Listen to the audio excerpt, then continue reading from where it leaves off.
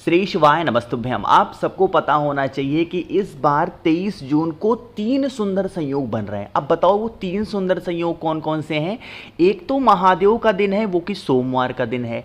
एक तो प्रदोष का ही दिन पड़ रहा है और ऊपर से भोले शंकर और माता सती का भी दिन आ गया है, यानी मासिक शिवरात्रि का पावन सा पर्व आ गया है। ये बहुत ही ज़्यादा सुंदर सा दिन है। 3 संयोग एक ही दिन पड़ रहे हैं। ये आपके पास में बहुत ही दुर्लभ संयोग बन रहे हैं, तो ओम बनाकर चुपचाप चले आना, जिससे महादेव उस ओम को देखेंगे और आपके ऊपर बहुत प्रसन्न हो जाएंगे। बहुत ही अलग तरीके से, बहुत ही प्यार से आप सभी को इस उपाय को बताऊंगा। वीडियो को पूरा देखिएगा, ठीक है ना। चलो समझने की कोशिश करते हैं कि एक्चुअली ये उपाय हमें करना कैसे है।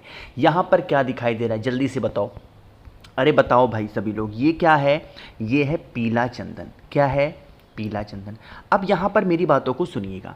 जब हम ओम बनाएंगे ना, तो आज इस 3 सुंदर संयोग पे पीले चंदन को सूखा नहीं लेंगे। कौन सा लेंगे? गीला वाला। अगर गीला वाला नहीं है आपके पास में, तो आप हल्का सा पानी या हल्का सा गंगा जल डाल दो और उसको गीला कर लो। चीजें क्लियर हैं क्या? पेस्ट बनाना है, पूरा पानी भर के पानी पानी मत कर दिया करो, ठीक है ना। चलो क्लियर है। अब क्या करना? तांबे का लोटा। अच्छा, आपने अगर गुरुजी की कथा ध्यान से सुनते होगे ना आप लोग, तो कभी भी गुरुजी ने कभी ये नहीं कहा कि ये वाला लोटा ले लो। हमेशा तांबे के लोटे का इस्तेमाल महादेव की पूजन के लिए किया जाता है। इस चीज़ का ध्यान दीजिएगा। देखो, आप पानी अपने हाथों से भी पी सकते हो, प्यास आपकी उससे भी बुझेगी। बट जब ग्लास से पानी पीते हो, लोटे से पानी पीते हो, तो पानी ज़्यादा पी पाते हो आप, और आपको अंदर से तृप्ति भी मिलती है। इसीलिए महादेव की जब पूजन करते हैं तो तांबे के लोटे का इस्तेमाल करते हैं। और जब 3 सुंदर संयोग एक ही दिन पड़ जाए ना, तो गंगा जल भी ज़रूर डाल दिया करो, ठीक है ना। चीज़ें क्लियर हैं क्या? जल्दी से बताओ, है ना। चलो, अब इतना करने के बाद में फेस रखिएगा उत्तर दिशा और पहुंच जाना है महादेव के शिवलिंग के पास में, ठीक।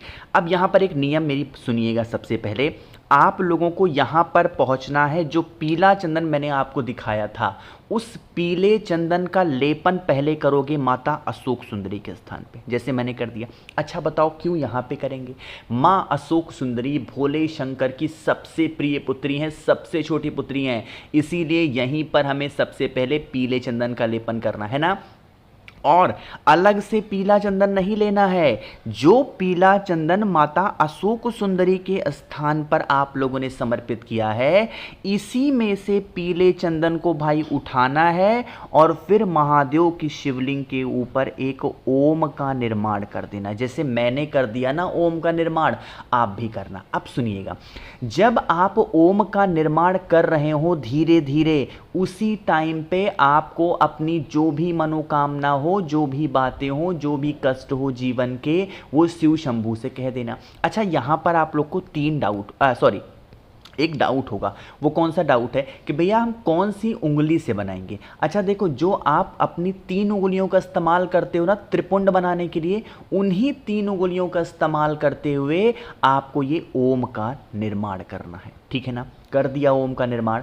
अब ओम का निर्माण करने के बाद में आपके पास में होगा तांबे का लोटा। जब उससे जल चढ़ाना, कुछ लोग पता है क्या करते हैं, जब मैं मंदिर जाता हूँ ऐसे पूजा वगैरह करने के लिए, तो मैं देखता हूँ कि लोग आए तुरंत जल्दी में रहते, तुरंत पानी 1 लोटा जैसे जल लेके इतना तेजी से गिराते हैं ना कि उनके पैरों पे पड़ रहा है, इधर पड़ रहा है, उधर पड़ रहा है, और लोटा महादेव के शिवलिंग के ऊपर रख दिया। इतना दोष लगता है ना आपको पता भी नहीं चलेगा।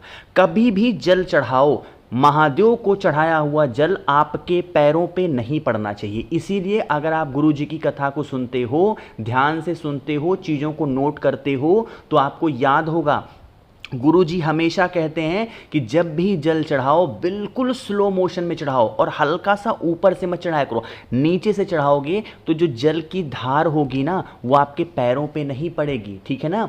पैरों पे पड़ने से दोष लगता है। और यही जल जब चढ़ा दोगे धीरे धीरे स्लो मोशन में, बहता हुआ जल नीचे गिरेगा। जल को रोक करके पूरे घर में जल का छिड़काव कर देना कुंदकेश्वर महादेव के नाम से।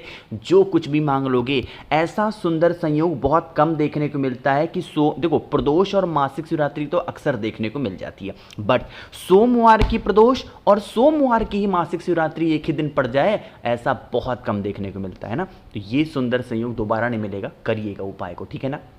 चलो, तो पहला उपाय आपको क्लियर हो गया होगा। आगे बढ़ते हैं अब इस वीडियो के हम लोग अपने दूसरे उपाय की तरफ। यह दूसरा उपाय जो हम करेंगे वो बेल पत्र के साथ में करने वाले हैं और यह करेंगे रोग बीमारी के लिए। मतलब जैसे आपके घर में छोटे बच्चे हों या फिर कोई बुजुर्ग हों, है ना, या फिर आपके पेरेंट्स हों, वाइफ हों, हस्बैंड हों, जो दवाएं खाते हैं और उनको दवा बिल्कुल असर नहीं करती है, डॉक्टर को बहुत दिखा देते हैं, आप इस उपाय को करिएगा, ठीक है ना। क्या करना है, ऐसे बेलपत्र दिख रहा है, एक बेलपत्र ले लो, ठीक है ना, बहुत ज़्यादा की कोई ज़रूरत नहीं है आपको, मात्र एक बेलपत्र लो और ऊपर से आपको थोड़ा सा इत्र लेना है, ठीक है ना। मार्केट में जाओगे 10-20 रुपए 50 रुपए में इत्र मिल जाएगी, जैसी क्वालिटी लोगे वैसा इत्र मिलेगा, आराम से इत्र लेना। अब इत्र को लेकर के एक तांबे का लोटा ले लो, जल भर लो, जल के अंदर गंगा जल, जल के अंदर इत्र नहीं डालना है, जल के अंदर क्या डालोगे बताओ, गंगा जल। अब इन सभी चीज़ों को लेके कहाँ पे पहुँचोगे, महादेव के शिवलिंग के पास। सबसे पहला काम, जो आपके पास में इत्र है उस इत्र की कुछ बूंदों को महादेव के शिवलिंग के ऊपर गिराना, जैसे मैंने गिरा दिया आप भी गिराना। गिराने के बाद में आपके पास में होगा बेलपत्र, उस बेलपत्र को जब आप इत्र के ऊपर रखोगे तो महादेव से यही विनती करना है, हे शिव शंभु भोलेनाथ, हमारे घर परिवार में लोग बीमार रहते हैं, लोग परेशान रहते हैं, उनकी बीमारियां ख़त्म नहीं हो रही हैं, आप कुछ भी ऐसा करें हमारे घर परिवार से ये सभी बीमारियां दूर हो जाएं।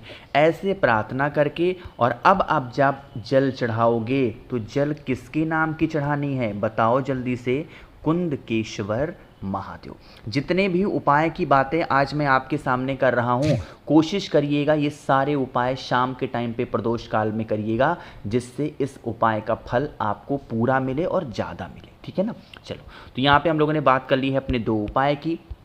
आगे बढ़ते हैं इस वीडियो के हम लोग अपने तीसरे उपाय की तरफ, और ये जो तीसरा उपाय है हम करने वाले हैं बेलपत्र के साथ में दोबारा से। लेकिन आपको बताना चाहता हूँ कि आप सभी के लिए एक दिन मैंने और बढ़ा दिया कि मासिक शिवरात्रि, प्रदोष और सोमवार का दिन एक ही दिन पड़ रहा है, तो आप लोग के लिए एक दिन सिर्फ मैंने एक्सटेंड किया है कि जो गुरु जी के बर्थडे का ऑफर था, 7 मुखी रुद्राक्ष धन प्राप्ति, 9 मुखी रुद्राक्ष घर के लड़ाई झगड़े को खत्म करने के लिए।